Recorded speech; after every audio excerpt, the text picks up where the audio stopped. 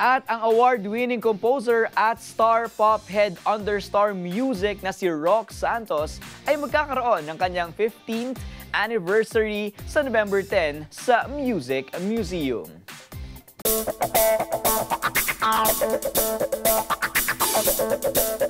Sa kasalukuyan na halos mabilang ang hit songs at mga kanta na naisulat ni Rox at sa kabuuan, nasa 150 songs na umano ang kanyang mga likha na nai-release.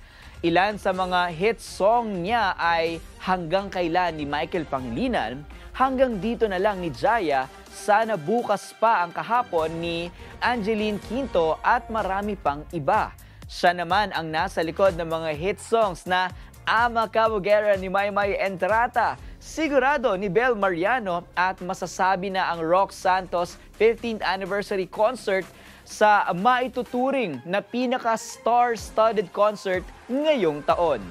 Kabilang sa mga guests sina Alexa Ilacad, Eric Santos, Juris, Kakay Bautista, KD Estrada, Clarice, Kyla at Maymay Entrata.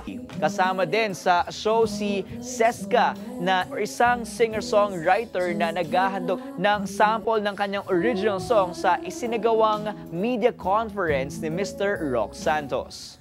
Balita ni Rox, personal daw niyang sinulatan ang mga artist na magpe-perform or magiging guest sa kanyang concert. Nagpaka-old school daw siya, kaya overwhelmed umano ang songwriter dahil sa positive responses ng halos lahat ng mga artists.